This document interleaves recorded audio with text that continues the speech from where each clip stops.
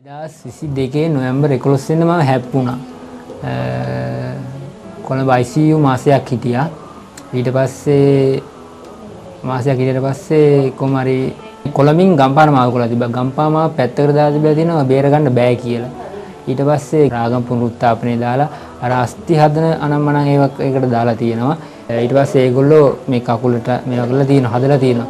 කකුල අස්ථිය මේ නේල් එක දෙවෙනි පාරට රීප්ලේස් කරන්න. ඉස්පිතාලෙන් කිව්වේ කකුල ආයෙ මේවා කරලා උකුල් ලැටෙන් කෑල්ලක් අරගෙන එතෙන්ට ආයෙ බද්ධ කරන්න ඕනේ කියලා. ඊට පස්සේ මහසෙන් නරණ වේදමැදුලට මං ආවා. මහසෙන් නරණ වේදමැදුල හොඳ මේ තැනක්. මාසයක් කමාරයක් ගියාට පස්සේ අස්ථි ශක්තිමත් වුණා. මම අර ක්ලචස් අනම්මනම් එක තමයි මම ඇවිද්දේ.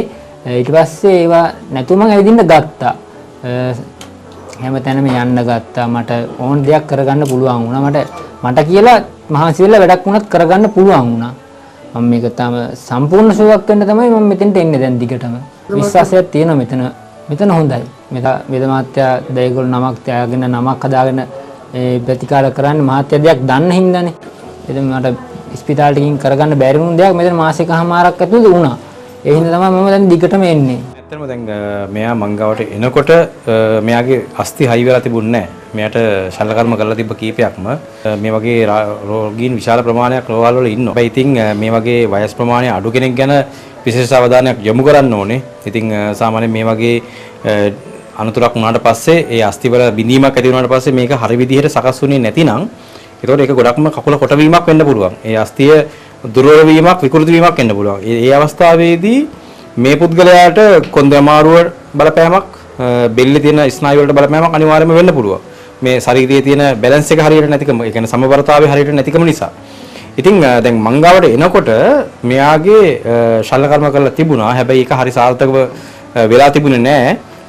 ඉතින් එනකොටත් මෙයාට ඇවිද ගන්න සහ කකුල උස්සන්න කරන්න බෑ. ඉතින් හැබැයි මගේ තියෙන වෙදකමේ තියෙන මේ මැල්ලුම් වර්ග දැන් සාමාන්‍යයෙන් මෙයාගේ රෝග පරීක්ෂා කරලා මෙයාගේ පාදයේ තිබිච්ච විදිහට හරි විදිහට බලලා ඒ හැමකට ගැලපෙන විදිහට තමයි මෙයාට මැල්ලුම් වර්ග සහ මෙයාට තෙල් වර්ග යෙදුවේ. ඒ යොදලා ඉවරලා මෙයාව අඩුම කාලයක් තුළදී මෙයාට ඇවිදින්න පුළුවන් මට්ටමකට මෙයා හැදුවා. එතකොට ඊට අමතරව මෙයාලා බෙහෙත් ප්‍රතිකාර කරන්න කලින් මෙයාලා මංගාවට ගෙනාවා ස්ට්‍රේ එකක්.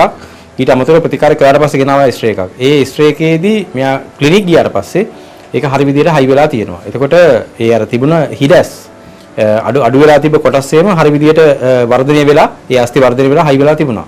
ඉතින් ඇත්තටම මේ අපේ තියෙන බෙහෙත් ක්‍රම වලින් අපේ මේ හෙළබදකමේ තියෙන බෙහෙත් ඖෂධ වලින් අස්ථි දිය කිරීමට, අස්ථි උණු කිරීමට, අස්ථි ශක්තිමත් කිරීමට අවශ්‍ය බෙහෙත් ඖෂධ බාහිරින් සහ අභ්‍යන්තරයෙන් යොදලා මේවා සකස් කරන්න පුළුවන්. ඉතින් මෙයාගෙත් දැන් හොඳයි. දැන් බෙහෙත් බඳලා දෙනවා. තවදුරටත් අර මාංශ පේශි ටික පෝෂණය වෙන්න ඕන නිසා සහ අස්ථිය තව ටිකක් ශක්තිමත් වෙන්න ඕන නිසා ප්‍රතිකාර ලබනවා. ඉතින් දැනටමත් අපි කියලා තියෙන හොඳට ඇවිදින්න කරන්න කියලා. ඉතින් දැන් ඒ තියෙන වේදනාවල් ඒව නැහැ.